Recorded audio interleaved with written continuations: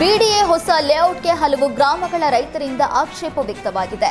ಬಿಡಿಎಯಿಂದ ಹೆಸರುಘಟ್ಟ ಯಲಹಂಕ ನಡುವೆ ಮುಂದುವರಿದ ಕಾರಂತ ಲೇಔಟ್ಗೆ 18 ಗ್ರಾಮಗಳನ್ನು ಗುರುತು ಮಾಡಲಾಗಿದ್ದು 3 ಎಕರೆ ಜಾಗದಲ್ಲಿ ಹೊಸ ಲೇಔಟ್ ನಿರ್ಮಾಣವಾಗಲಿದೆ.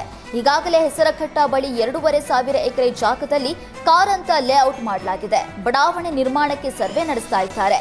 ಈ ನಡುವೆ ಬಿಡಿಎ ಶಿವರಾಮ ಕಾರಂತ ಮುಂದುವರೆದ ಲೇಔಟ್ಗೆ ರೈತರು ವಿರೋಧ ಮಾಡ್ತಾ ಇದ್ದು ಚಳುವಳಿ ನಡೆಸುವ ಎಚ್ಚರಿಕೆ ನೀಡಿದ್ದಾರೆ.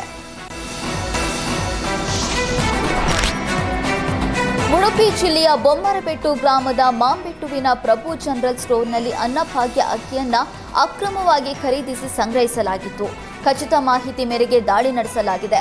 131 ಪ್ಲಾಸ್ಟಿಕ್ ಚೀಲಗಳಲ್ಲಿ ಒಟ್ಟು 55 ಕ್ವಿಂಟಾಲ್ 60 ಕೆಜಿ ಅಕ್ಕಿಯನ್ನ ದಾಸ್ತಾನು ಇಡಲಾಗಿದೆ.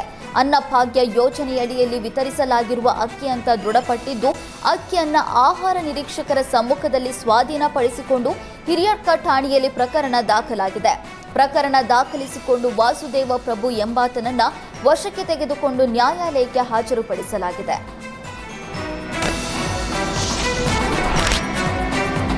ಸೈಕಲ್ ಮೇಲೆ ಹೋಗುವಾಗ ನಿವೃತ್ತ ಸೈನಿಕನಿಗೆ ಕಾರು ಡಿಕ್ಕಿಯಾಗಿ ಸ್ಥಳದಲ್ಲೇ ಮೃತಪಟ್ಟ ಘಟನೆ ರಾಯಚೂರು ಹೊರವಲಯದ ಬಸವೇಶ್ವರ ದೇವಸ್ಥಾನದ ಬಳಿ ನಡೆದಿದೆ. ಕಾರು ಚಾಲಕ ಘಟನಾ ಸ್ಥಳದಿಂದ ತಕ್ಷಣ ಪರಾರಿಯಾಗಿದ್ದಾನೆ. 57 ವರ್ಷದ ನಿವೃತ್ತ ಸೈನಿಕ ಶ್ರೀನಿವಾಸ್ ಪವರ್ ಗ್ರಿಡ್ ಡ್ಯೂಟಿಗೆ ನಿತ್ಯ ಅಸ್ಕಿಹಾಳದಿಂದ ಸೈಕಲ್ನಲ್ಲಿ ತೆರಳುತ್ತಾ ಇದ್ರು. ಮಾಹಿತಿ ತಿಳಿದು ಸ್ಥಳಕ್ಕೆ ಭೇಟಿ ನೀಡಿದ ಪೊಲೀಸರು ಪರಿಶೀಲನೆ ನಡೆಸಿದ್ದಾರೆ.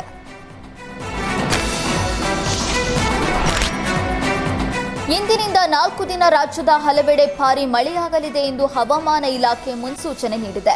ಉತ್ತರ ಕನ್ನಡ, ಉಡುಪಿ, ಗದಗ, ರಾಯಚೂರು, ಕಲಬುರಗಿ, ಬಳ್ಳಾರಿ, ಬೆಂಗಳೂರು, ಮೈಸೂರು, ಶಿವಮೊಗ್ಗ, ತುಮಕೂರು ಜಿಲ್ಲೆಗಳಿಗೆ ಯೆಲ್ಲೋ ಅಲರ್ಟ್ ಘೋಷಣೆ ಮಾಡಲಾಗಿದೆ. ನಾಳೆ ದಕ್ಷಿಣ ಕನ್ನಡ, ಉತ್ತರ ಕನ್ನಡ, ಉಡುಪಿ, ಚಿಕ್ಕಮಗಳೂರು, ಕೊಡಗು, ಶಿವಮೊಗ್ಗ, ಹಾವೇರಿ ಜಿಲ್ಲೆಗಳಿಗೆ ರೆಡ್ ಅಲರ್ಟ್ ಘೋಷಣೆ ಮಾಡಲಾಗಿದೆ.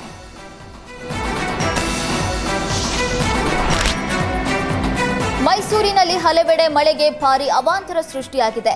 ಟಿ ನರಸೀಪುರ ತಾಲೂಕಿನಲ್ಲಿ ಅಂಗನವಾಡಿ ಕಟ್ಟಡಕ್ಕೆ ಮಳೆ ಹಾಗೂ ಚರಂಡಿ ನೀರು ನುಗ್ಗಿದೆ. ಕೊಳಚೆ ನೀರನ್ನು ಹೊರಹಾಕುವುದಕ್ಕೆ ಗ್ರಾಮಸ್ಥರು ಪರದಾಟ ನಡೆಸಿದ್ದಾರೆ. ಅವೈಜ್ಞಾನಿಕ ಕಾಮಗಾರಿ ಹಾಗೂ ಸೂಕ್ತವಾಗಿ ಚರಂಡಿ ನಿರ್ವಹಣೆ ಮಾಡದ ಹಿನ್ನೆಲೆ ಸಮಸ್ಯೆ ಆಗ್ತಾ ಇದೆ ಅಂತ ಸ್ಥಳೀಯರು ಆರೋಪಿಸಿದ್ದಾರೆ.